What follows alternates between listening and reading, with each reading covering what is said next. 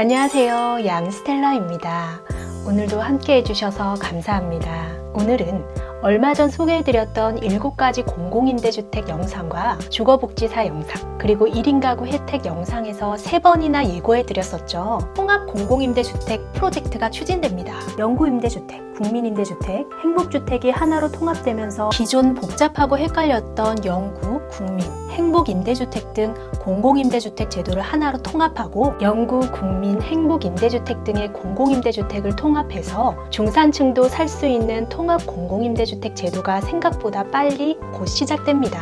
기존에는 영구임대 아파트는 기초생활수급자나 국가유공자 등 특정 계층에게만 한정됐었고, 서민을 위해 30년을 임대해주는 가장 공급수가 많았던 국민임대주택도 중위소득 50% 이하 저소득층에게만 주로 해당됐었습니다.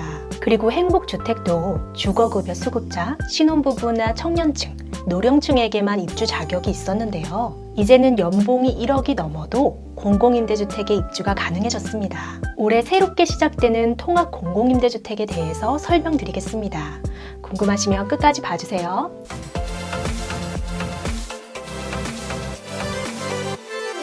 지난 영상에서 통합 공공임대주택은 중위소득 130%까지 확대될 것이라고 설명드렸었는데요. 제각각인 입주 자격을 중위소득 130%로 통일하고 범위가 더 확대돼서 중위소득 150%까지 연봉 1억이 넘어도 공공임대주택 입주가 가능해졌습니다. 공공임대주택에 고급 외제차가 주차돼 있어서 종종 언론에 나오기도 했었죠. 서울 강남구의 한 영구임대주택입니다.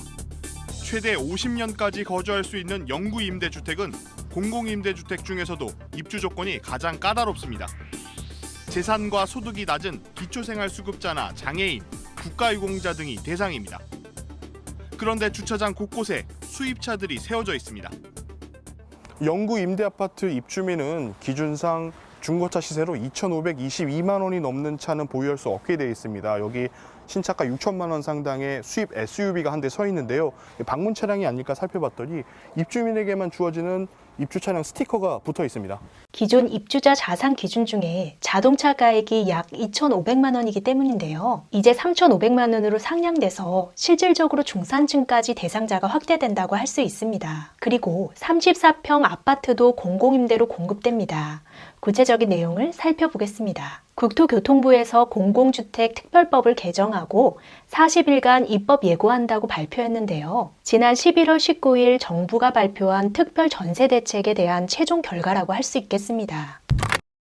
통합 공공임대주택 입주 자격은 소득은 중위소득 150% 이하, 재산은 총자산 소득 5분위 중에서 3분위 평균값 이하인 무주택자입니다. 중위소득은 이제 많은 분들이 익숙해지셨지만 소득 분위는 생소하신 분들도 계실 텐데요. 통계청에서 전체 인구의 소득을 밑에서부터 위로 정렬해서 한 그룹에 20%의 인구수가 포함되도록 5개의 그룹으로 나눈 겁니다. 3분위 평균이면 대략 소득 하위 60에서 80%의 중간값인 70% 정도 되겠죠. 기초연금 수급자가 소득 하위 70%니까 계산 방법은 다를 수 있지만 대략 10명 중 7명이 대상자가 됩니다. 중위소득 150%는 3인 가구 기준 597만 원, 4인 가구 기준 731만 원 정도지만 맞벌이 부부는 중위소득 180%가 적용되기 때문에 아이가 하나 있는 맞벌이 가구는 716만 원, 아이가 둘 있는 맞벌이 가구는 877만 원으로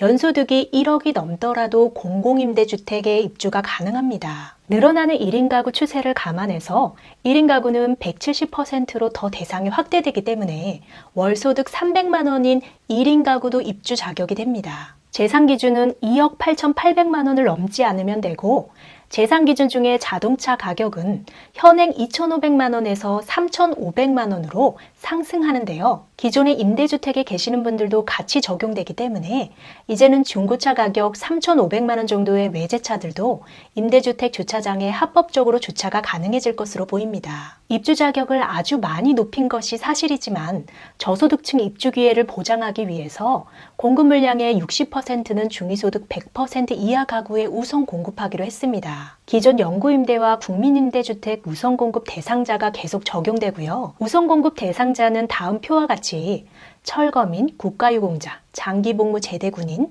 북한 이탈 주민, 다자녀 가구, 장애인, 신혼부부 등이고 눈에 띄는 점은 꼼수로도 악용될 가능성도 있어 보이지만 쪽방과 고시원, 반지하 등에서 3개월 이상 거주하면 우선 공급 대상자가 됩니다. 우선 공급의 경우에는 배점을 통해 점수가 높은 순서로 입주자가 정해지는 가점제로 운영되는데요. 저소득층이 우선적으로 입주할 수 있도록 소득이 낮을수록 높은 점수를 받습니다. 그 외에 부양가족 수가 많거나 해당 건축 지역에 오래 거주할수록 유리하고 주택 청약 납부 횟수도 영향이 있지만 24회가 최대입니다. 신청을 했는데 우선 공급에서 떨어지면 별도로 신청하지 않아도 자동으로 일반 공급으로 전환되고 일반 공급의 경우에는 추첨으로 선발합니다. 통합 공공임대주택 면적은 3인 가구 기준 40에서 70제곱미터, 4인 가구는 50제곱미터 초과입니다. 여기서 한 가지 새로운 제도가 추가됐는데요. 면적이 좁다고 생각될 경우 임대료를 더 내면 한 사람 더 많은 세대 원수 면적 기준으로도 입주가 가능해졌습니다.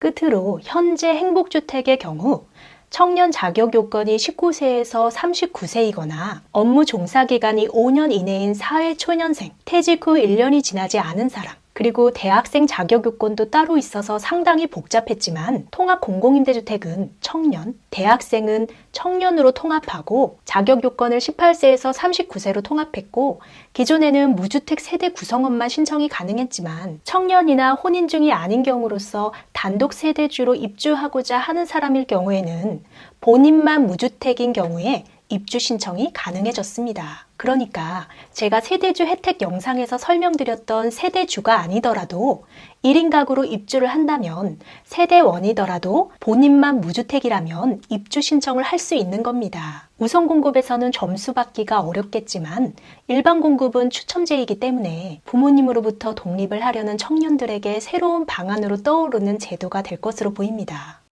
구독, 좋아요 부탁드립니다. 오늘은 2021년 새롭게 개정된 통합 공공임대주택에 대해서 소개해 드렸는데요. 아주 중요한 내용이고 국민의 일상생활과 밀접한 관련이 있기 때문에 1월 20일부터 40일간 입법 예고를 했고 국민들의 의견을 수렴하고 반영해서 3월 달부터 적용될 예정입니다.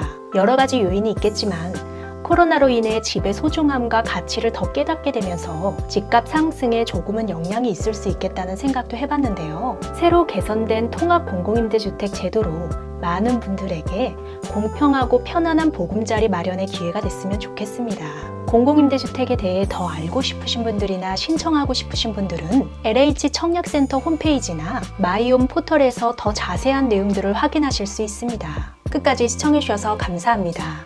영상이 유익했다면 주변 분들에게 공유해 주시고 다음 영상에서 우리 또 만나요. 오늘도 행복하세요.